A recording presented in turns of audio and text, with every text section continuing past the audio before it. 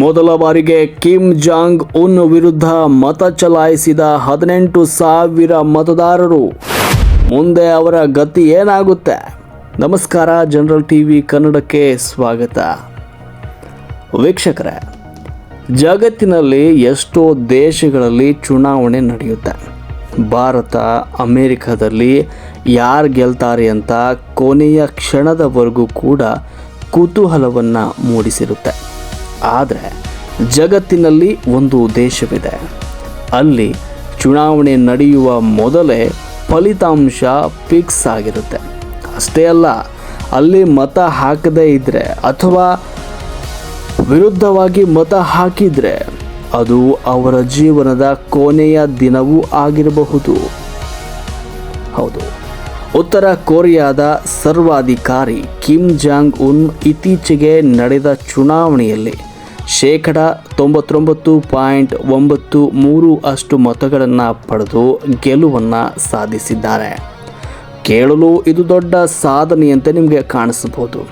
ಆದರೆ ಅಸಲಿ ಕಥೆ ಇರುವುದು ಆ ಬಾಕಿ ಉಳಿದ 0.07% ಜನರಲ್ಲಿ. ಯಾರು ಆ 18,000 ಜನರು ಕಿಮ್ ಜಾಂಗ್ ಉನ್ ವಿರುದ್ಧ ಮತ ಚಲಾಯಿಸುವ ಧೈರ್ಯ ಮಾಡಿದ ಆ ಅತೃಪ್ತ ಆತ್ಮಗಳು ಈಗ ಎಲ್ಲಿದ್ದಾವೆ?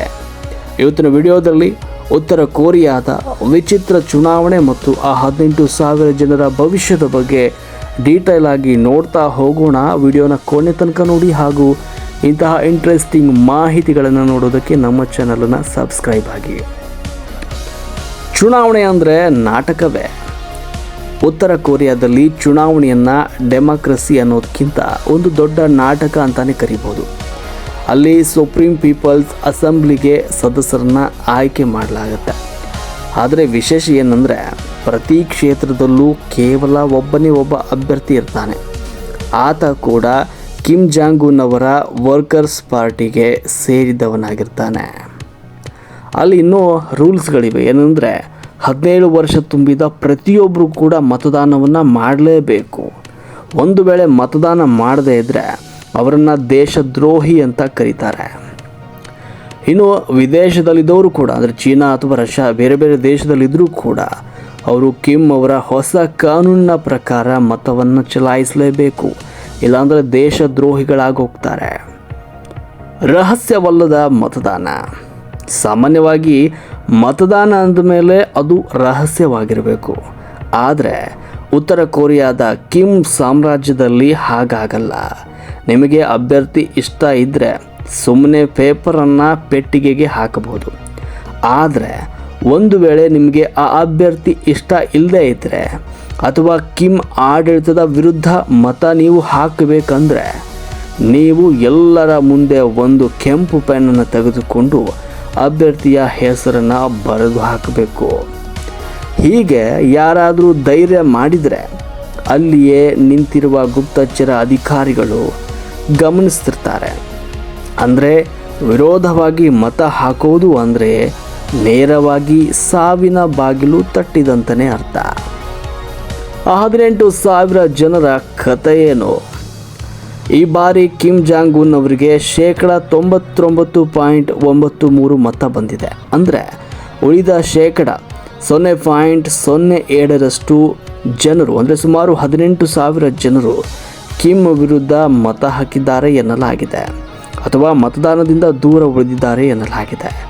ಇಡೀ ಇಂಟರ್ನೆಟ್ ಈಗ ಆ 18,000 ಜನರ ಬಗ್ಗೆ ಚಿಂತಿಸ್ತಾ ಇದೆ.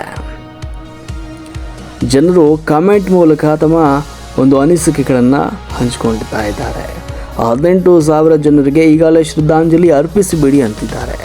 ಕೆಲವರು ದೇವರು ಈಗ ಆ ಜನರನ್ನು ಸ್ವೀಕರಿಸಲು ಸ್ವರ್ಗದ ಬಾಗಿಲು ತೆರೆದು ಕಾಯ್ತಾ ಇದ್ದಾನೆ ಅಂತ ಕಮೆಂಟ್ ಮಾಡ್ತಿದ್ದಾರೆ. ಇನ್ನು ಕೆಲವರು ಅವರಿಗೆ ಉತ್ತರ ಕೊರಿಯಾದ ಮೋಸ್ಟ್ ವಾಂಟೆಡ್ ವ್ಯಕ್ತಿಗಳು ಅಂತ ಕರೆದಿದ್ದಾರೆ. 1957 ನಂತರ ಮೊದಲ ಬಾರಿಗೆ ಹೀಗಾಗಿದ್ದು ಯಾಕೆ? ಇಲ್ಲಿ ಒಂದು ಆಶ್ಚರ್ಯದ ವಿಷಯವಿದೆ. ಅದೇನೆಂದರೆ, 1957ರಿಂದ ಈಚೆಗೆ ಉತ್ತರ ಕೊರಿಯಾ ಯಾವತ್ತೂ ಕೂಡ ತನ್ನ ವಿರುದ್ಧ ಯಾರಾದರೂ ಮತ ಹಾಕಿದ್ದಾರೆ ಅಂತ ಒಪ್ಪಿಕೊಂಡಿರಲಿಲ್ಲ. ಪ್ರತಿ ಬಾರಿ 100% ಗೆಲುವು ಅಂತಲೇ ಘೋಷಣೆ ಮಾಡ್ತಾ ಇತ್ತು. ಆದರೆ ಈ ಬಾರಿ ಕಿಮ್ ಜಾಂಗ್ ಉನ್ ಸ್ವಲ್ಪ ವಿರೋಧದ ಇದೆ ಎಂದು ತೋರಿಸಿಕೊಂಡಿದ್ದಾರೆ. ಇದು ಯಾಕೆ? ವಿಶ್ಲೇಷಕರ ಪ್ರಕಾರ ಕಿಮ್ ಜಗತ್ತಿಗೆ ತಾನೊಬ್ಬ ಪ್ರಜಾಪ್ರಭುತ್ವವಾದಿ ಅಂತ ತೋರಿಸಿಕೊಳ್ಳೋದಕ್ಕೆ ಈ ಸಣ್ಣ ನಾಟಕವಾಡಿದ್ದಾರೆ ಅಂತ ಕರೆಯಲಾಗ್ತಾ ಇದೆ.